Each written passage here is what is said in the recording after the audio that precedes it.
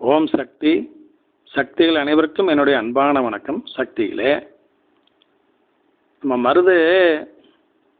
மறுபடியும் ஒரு காரியம் பண்ணாங்க. என்ன அப்படின்னாங்க, இறந்து கிடக்கிற மனிதர்களை நம்ம சக்தியில் ஒரு சிலர் எல்லாம் அடக்கம் பண்ணுறாங்க.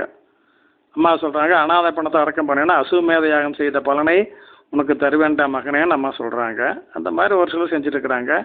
திருப்பூர் ஞானவேல் எனக்கு தெரிஞ்ச கிட்டத்தட்ட இந்த இன்றைய நிலவரப்படி ஒரு 2000 பிணத்துக்கு பக்கமாக அந்த மாதிரி அடக்கம் பண்ணியிருப்பாருங்க. நான் ஒரு வருஷத்துக்கு முன்னால் பேட்டி ஆகும்பொழுது 1600 சில்லறைன்னு சொன்னார். இப்போ கண்டிப்பாக 2000 பண்ணியிருப்பாருங்க.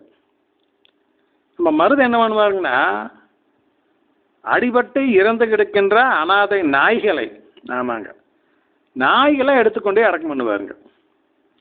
அது ஒரு பிராணி தானுங்க, அதுக்கு ஆன்மா இருக்குது அல்லவா. அப்படி ஒரு 3-4 நாயை அடக்கம் பண்ணியிருக்கார். இந்த நிலையில் குழி பறித்து மண்ணை போட்டு மூடி மூல மந்திரம் சொல்லி அம்மா 108 சொல்லி அவனுடைய ஆன்மா சாந்தி அடையணும் அப்படின்னு ஒரு சங்கல்பம் பண்ணுவாருங்க. இதை அவர் செய்கிறது.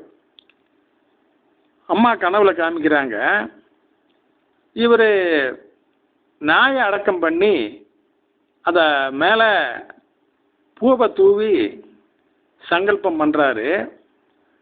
அப்போ அந்த இடத்துல நாய் இல்லைங்க, நாய் மறைஞ்சிருச்சு. நாய்க்கு பதிலாக நம்முடைய பங்காரு பகவானின் திருப்பாதங்கள் அந்த இடத்துல இருக்கின்றது. ஆமாங்க, நாயுடைய உடம்பில் பங்காரு பகவானுடைய பாதங்கள் தெரிகிறது. உடம்பு மறைஞ்சிருச்சுங்க. பங்காரு பகவான் பாதத்தில் இவர் போடுற பூவெல்லாம் போய் உழுகுது. பாருங்களேன் எப்படிப்பட்ட காட்சின்னு.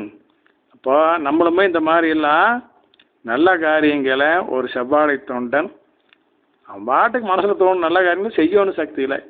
இதில் அளவு கடந்த சக்தியும் நம்மளுக்கு நன்மையும் இருக்கும் சக்தியில். அதனால் நம்மளும் இந்த மாதிரி செய்யும் சக்திகளை. ஓம் சக்தி.